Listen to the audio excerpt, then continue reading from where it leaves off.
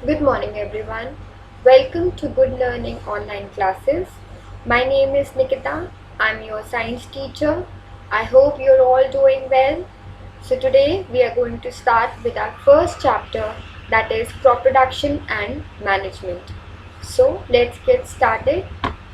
अब इस चैप्टर को शुरू करने से पहले हमें ये पता होना चाहिए कि आखिर हम ये चैप्टर पढ़ क्यों रहे हैं, हमें क्या ज़रूरत है ये जानने की कि क्रॉप को कैसे प्रोड्यूस किया जाता है या उसकी मैनेजमेंट कैसे होती है। हमें ये पता है कि चाहे वो मैं हूँ, आप हो, प्लांट्स हो, हम सबको एनर्जी चाहिए काम करने के लिए।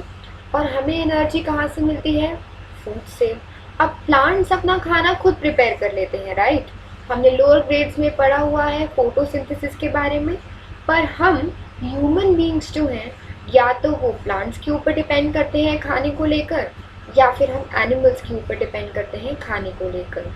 और क्योंकि हमारी पॉपुलेशन इतनी ज़्यादा है, तो आप सोचिए कि इतने बड़े स्केल पर क्रॉप्स या हमारे फूड को ग्रो करना, उसको मैनेज करना और फिर मार्केट में सप्लाई करके हमारे घरों तक पहुंचता है, फिर हम उसे मज़े से बनाते हैं और खाते हैं। It is such a big process. और हमें ये जानना बहुत ज़रूरी है कि आखिर ये इतना बड़ा प्रोसेस होता कैसे है। तो इसीलिए ये चैप्टर में हम पढ़ेंगे कि कैसे एग्रीकल्चर होता है और कैसे फार्मर्स हमारे एग्रीकल्चरल प्रैक्टिसेस करते हैं। आपके फर्स्ट पेज पर जब एग्रीकल्चर नहीं था, उससे पहले क्या होता था उसकी थोड़ी सी ब्रीफ हिस्ट्री दी हुई है, उसके बारे में थोड़ा सा बात करते हैं। जब एग्रीकल्चर नहीं था, सो बाकी लोग क्या करते थे, जहाँ उन्हें, क्योंकि तब भी हमें obviously food is a basic requirement, हमें एनर्जी चाहिए तो हमें फूड चाहिए ही चाहिए।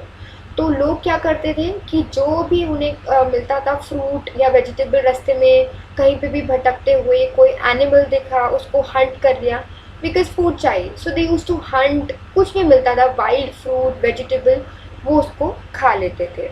पर धीरे धीरे धीरे जैसे जैसे टाइम निकला, उन्होंने लैंड को कल्टिवेट, यानी वहाँ पे क्रॉप्स ग्रो करने स्टार्ट किए, जैसे राइस, वीट। और वहीं से कॉन्सेप्ट स्टार्ट हुआ एग्रीकल्चर का।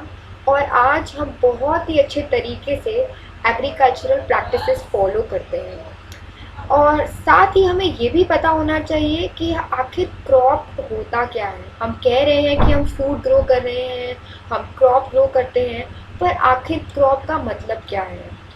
जब भी हम प्लांट्स को बहुत बड़े स्केल पर ग्रो करते हैं, एक फील्ड में ग्रो करते हैं, तो हम उस टाइप के प्लांट को हम कह देते हैं क्रॉप। अब प्लांट कोई भी हो सकता है, किसी का भी फ्रूट का हो सकता है, कोई वेजिटेबल का हो सकता है, राइस, व्हीट, एनीथिंग। तो क्रॉप मतलब कोई भी ऐसा प्लांट जो हम एक फील्ड में ग्रो कर रहे हैं। एग्जाम्पल के तौर पे समझते हैं, जैसे क्रॉप ऑफ व्हीट, मतलब व्हीट को मैं बहुत बड़े स्केल पर एक फील्ड में ग्रो कर रही हूँ। सिमिलरली मैं कह सकती हूँ क्रॉप ऑफ राइस, सिमिलरली मैं कह सकती हूँ कोई भी क्रॉप ऑफ फ्रूट, कोई भी क्रॉप ऑफ वेजिटेबल। तो in short, crop is anything which is grown in on a big scale, on a big field, उसको हम कहते हैं क्रॉप। अब देखिए, इंडिया बहुत वास्ट कंट्री है, राइट? आगे चलते हैं। इंडिया बहुत वास्ट कंट्री है। कहीं पर बारिशें ज़्यादा हैं, कहीं पर बारिशें कम होती हैं, कहीं पर टेम्परेचर बहुत ज़्यादा है, कहीं पर टेम्परेचर कम है। तो हमने इजी करने के लिए क्रॉप्स को दो कैटेगरीज में डिवाइड कर दिया है। पहला आता है खारिफ क्रॉप्स, दूसरा हमारे पास है राबी क्रॉप्स। और ये किस बेसिस पे हमने डिवाइड किया है? हमारे कंट्री की या इंडिया की डाइवर्सिटी को देखते हुए हमने दो कैटेगरीज में डिवाइड कर दिया है। पहले बात करते हैं खारिफ क्रॉप्स की। खारिफ क्रॉप्स वो क्रॉप्स हैं जो हम रेनी सीजन में ग्रो करते हैं, यानी बारिशों के सीज़न में हम ग्रो करते हैं। और बारिशों का सीज़न कौन सा होता है इंडिया में? जो अभी चल रहा है, अभी आप देख रहे हैं, it is raining, so it starts from June. तो जून से लेकर सितंबर जो हमारा रेनी सीज़न होता है, इन क्रॉप्स को तब उगाया जाता है और उन्हें कहते हैं खारिफ क्रॉप्स। एग्जाम्पल कौन से आते हैं? जिन्हें बहुत ज़्यादा पानी चाहिए होता है, जैसे कि पैडी, जो कि हमारा राइस होता है, मेज़, सोयाबीन, मूंगफली, आपकी groundnut that is cotton, ये सारे हमारे एग्जाम्पल्स हैं खारिफ क्रॉप्स के। नेक्स्ट हमारे पास आता है राबी क्रॉप्स। ऐसे क्रॉप्स जो हम विंटर सीजन में ग्रो करते हैं उन्हें हम कहते हैं राबी क्रॉप्स। और हमारा विंटर सीजन इंडिया में कंसिडर किया जाता है from October to March, right. और एग्जाम्पल्स हमारे पास आ जाता है वीट, आटा जो हमारा होता है, वीट, ग्राम, पी, ये सारे, मक्की, everything is in your rabi crops. दो कैटेगरीज हो गई, खारिफ और राबी क्रॉप्स।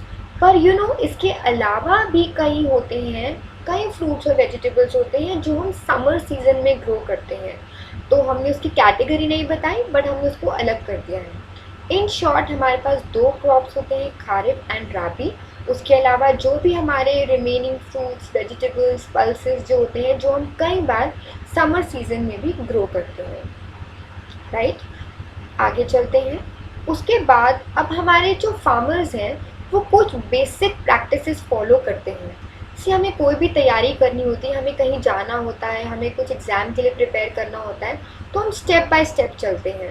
पहले हम लोग अपने कपड़े जो हमें सिलेक्ट करते हैं, हमें कहीं जाना हो तो फिर उसको तय लगाते हैं, फिर उसको हमारे जो हमारे सूट केस है उसमें डालते हैं, and we go step by step. Similarly अगर हमें क्रॉप को प्रोड्यूस करना होता है तो उसकी कुछ बेसिक स्टेप्स होते हैं या प्रैक्टिसेस होती हैं जो हमारे फार्मर्स फॉलो करते हैं और तभी क्रॉप प्रोड्यूस होता है। उनको हमने नाम दिया है, I mark it for you, agricultural practices. So ऐसे प्रैक्टिसेस जो हमारे फार्मर्स फॉलो करते हैं so that we have good agriculture, उनको कहते हैं एग्रीकल्चरल प्रैक्टिसेस। इनके बारे में हम एक एक करके पढ़ेंगे। Total we have 7 steps. So पहला step, we start with our first step, और इनके बारे में डिटेल में हम बाद में पढ़ेंगे। अभी हम जस्ट लिस्ट आउट कर रहे हैं और एक एक लाइन में मैं आपको बता दूंगी कि एग्जैक्टली फार्मर्स करते क्या हैं, राइट। इंटरेस्टिंग। ओके, सो पहला है हमारा प्रिपरेशन ऑफ सॉइल, यानी सॉइल को प्रिपेयर करना। सी, हमें अगर क्रॉप को ग्रो करना है या प्लांट को ग्रो करना है तो हमें पता है वो मिट्टी में करना है, वी ऑल नो दैट। अब मिट्टी में प्रिपेयर हमें अगर करना है तो मिट्टी को पहले प्रिपेयर करना ज़रूरी है। सो पहला स्टेप आ जाता है प्रिपरेशन ऑफ सॉइल। इसमें क्या करते हैं हम, वो हम डिटेल में बाद में करेंगे, बट अभी के लिए आप ये समझ लीजिए कि सॉइल को हम लूज़ करते हैं, कुछ प्रिपेयर करते हैं ताकि हम उसके अंदर क्रॉप को ग्रो कर सकें, राइट। नेक्स्ट हमारे पास आता है sowing. Okay, second I mark here. Sowing में हमारे पास होता है जब सॉइल एक बार प्रिपेयर हो गई उसके बाद हम क्रॉप को बोते हैं या सो करते हैं, that is called sowing, right. Third हमारे पास आता है एडिंग मैन्योर एंड फर्टिलाइजर्स। अब ये मैन्योर एंड फर्टिलाइजर्स क्या होते हैं, ये एक तरह से समझ लीजिए न्यूट्रिएंट हैं जो क्रॉप या प्लांट को चाहिए होते हैं। ये उन्हें हेल्दी करते हैं, ये उन्हें पोषण देते हैं, तो हम ये उनमें ऐड कर देते हैं। मैन्योर्स जो होते हैं वो नेचुरल होते हैं, फर्टिलाइजर्स जो होते हैं वो कुछ केमिकल्स होते हैं। तो जब हम इनको ऐड कर देते हैं उससे हमारे क्रॉप्स हेल्दी होते हैं, उन्हें न्यूट्रिएंट मिलता है, उन्हें पोषण मिलता है और वो अच्छे से ग्रो करते हैं। Will talk about it in detail आगे चल के। फोर्थ स्टेप, जब हमने न्यूट्रिएंट दे दिया, हम इरिगेशन करते हैं, यानी हम क्रॉप को पानी देते हैं। हमें प्यास लगती है, हम पानी पीते हैं, सेम वे क्रॉप्स को और प्लांट्स को भी पानी चाहिए होता है to survive, and that process हम कहते हैं इरिगेशन। कैसे देते हैं, क्या क्या मेथड्स होते हैं, आगे चल के डिस्कस करेंगे, राइट। नेक्स्ट हमारे पास आता है प्रोटेक्शन फ्रॉम वीड्स। वीड्स का मतलब होता है अनवांटेड प्लांट्स। क्या होता है, जब हम क्रॉप को ग्रो कर रहे होते हैं तो उसके साथ कुछ ना कुछ जो हमें नहीं चाहिए होते प्लांट वो ग्रो कर जाते हैं, तो उनको हमें हटाना होता है, और इस स्टेप में हम वही करते हैं, that is we remove weeds, या हम अपने क्रॉप को उनसे बचा लेते हैं। So that is called protection from weeds. This is the fifth step. उसके बाद हमारे पास आता है सिक्स्थ स्टेप, हार्वेस्टिंग। जब सब कुछ हो गया तो हम क्रॉप को हार्वेस्ट यानी हम उसकी कटाई कर लेते हैं, दैट इज़ कॉल्ड हार्वेस्टिंग। और लास्ट स्टेप हमारा आता है स्टोरेज, यानी जब हमने कटाई कर ली तो मार्केट में सप्लाई करने से पहले हम उसको स्टोर करके रखते हैं बड़े बड़े एरियाज़ में, उसको हम कहते हैं स्टोरेज।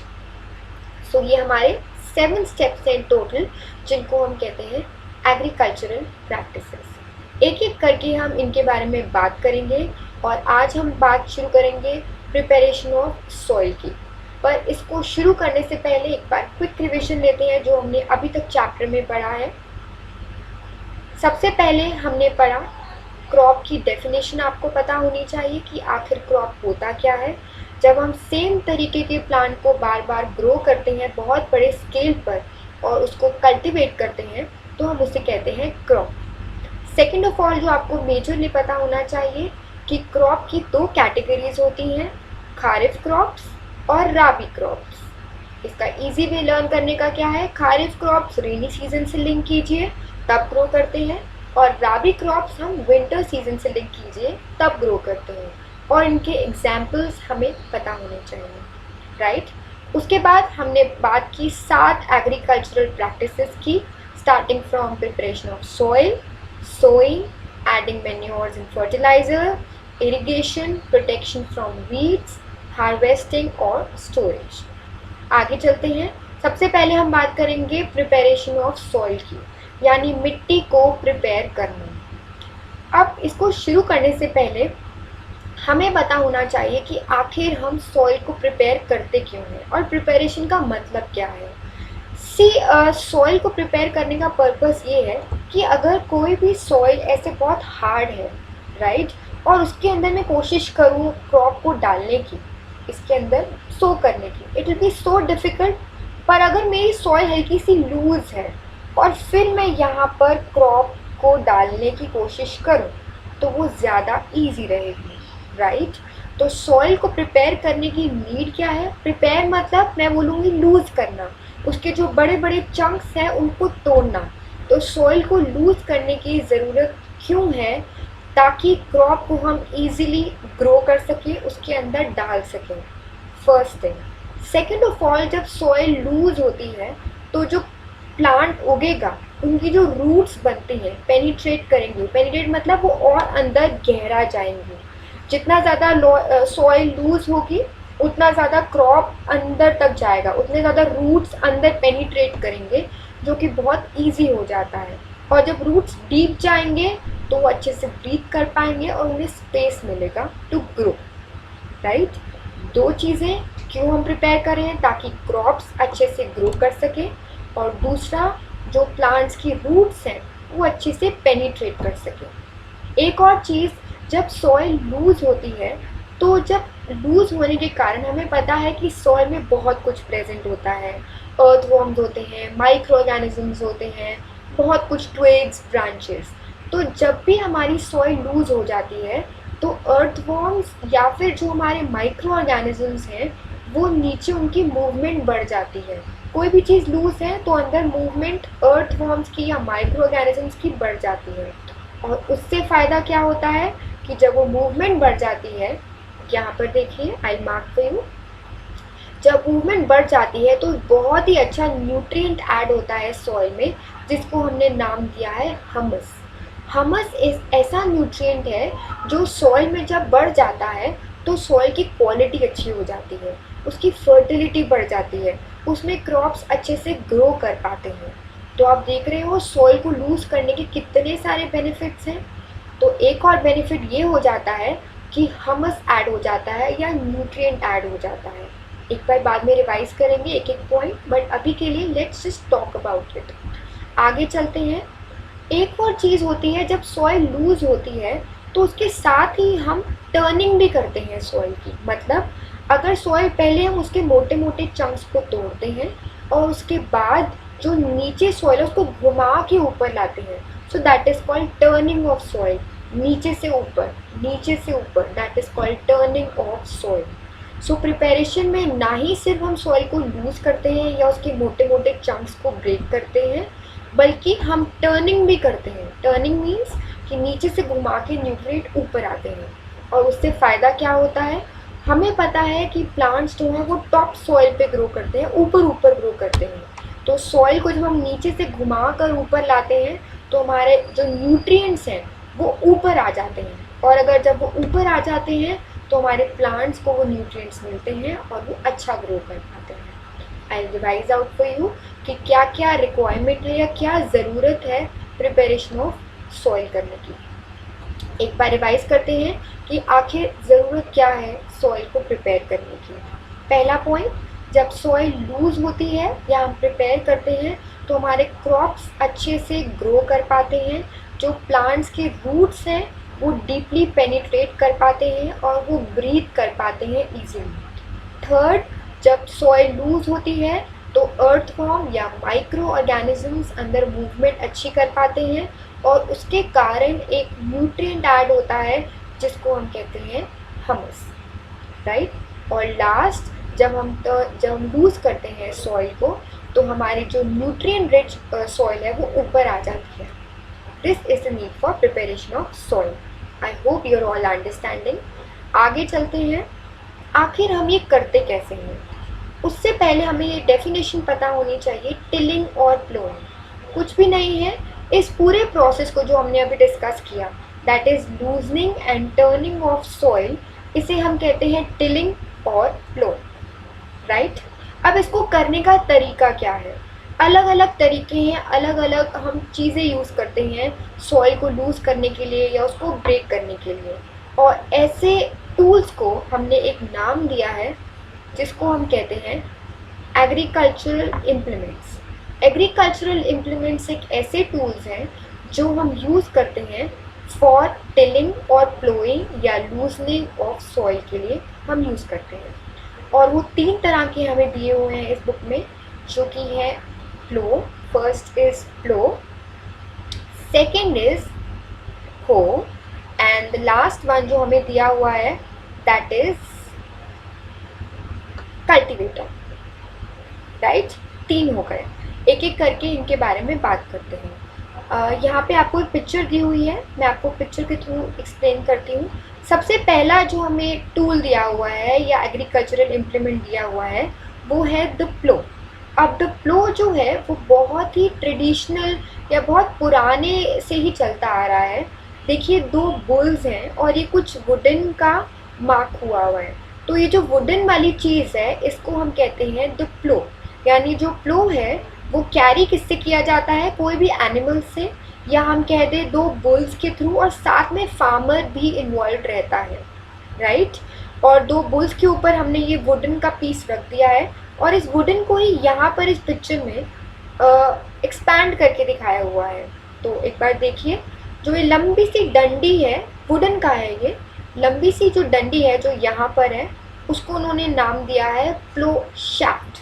ये बुल्स के ऊपर रहती है, राइट। उसके बाद आता है प्लो शेयर, यानी ये तीखा सा है जिसको हमने नाम दिया है प्लो शेयर, और ये मिट्टी के अंदर जाता है और जैसे ही बुल मूव करता है तो ये जो तीखा सा एज है ये मिट्टी के बड़े बड़े चंक्स को ब्रेक कर देता है, राइट। उसके बाद जैसे जैसे बुल्स आगे बढ़ते हैं ये प्रोसेस चलता रहता है। दिस वॉज अबाउट द प्लो। आगे चलते हैं, बट ये बहुत ट्रेडिशनल है। आजकल क्या होता है कि वुड को हम आयरन के साथ भी रिप्लेस कर देते हैं, ओके। नेक्स्ट हमारे पास आता है हो। हो जो है थोड़ा मॉडर्न है, आगे पिक्चर दी हुई है, दिस इज हो, और ये वुड की बजाय आयरन का बना हुआ है, राइट। और ये थोड़ा मॉडर्न है। यहाँ पे देखिए ये प्लेट दी हुई है जिस कॉल्ड बेंट प्लेट, ये आयरन की बनी हुई है और ये घूमती है लाइक अ ब्लेड, और जब ये घूमती है तो मोटे मोटे मिट्टी के जो चंक्स हैं या टुकड़े हैं वो ब्रेक हो जाते हैं, right. So this is more modern. ये आ गया, आई मार्क फॉर यू, ये इसकी ग्रिप सॉइल के अंदर जाने के लिए है, ये वाली ग्रिप है, ओके। ये हैंडल और बीम घूमता है और ये बेंट प्लेट भी घूमती है। सो अगेन पर्पस सेम ही है, सॉइल को लूज करने का। लास्ट हमारे पास आता है कल्टीवेटर। कल्टीवेटर आजकल ज़्यादा यूज़ किया जाता है और ये टाइम भी सेव करता है और इजी भी है। ट्रैक्टर में फार्मर बैठ जाता है या कोई भी बैठ सकता है और पीछे कल्टीवेटर लगा होता है, शार्प सा होता है, और ट्रैक्टर आगे चलता रहता है और जो पीछे ब्लेड्स हैं वो मिट्टी को तोड़ते रहते हैं। So this is tractor driven cultivator. 3 हमने बात की, प्लो, हो and cultivator. This is the first step जो हमने अभी बात की, प्रिपरेशन ऑफ सॉइल। नेक्स्ट हमारे पास आता है second step, which is sewing. इसके बारे में हम कल डिस्कस करेंगे या नेक्स्ट क्लास में डिस्कस करेंगे. आई hope you all like the lecture. आपको कोई भी प्रॉब्लम हो आप हमेशा you can consult us and take care of yourself till then. In next lecture we'll cover the next step, sewing. Till then, take care, have a great day ahead. Bye.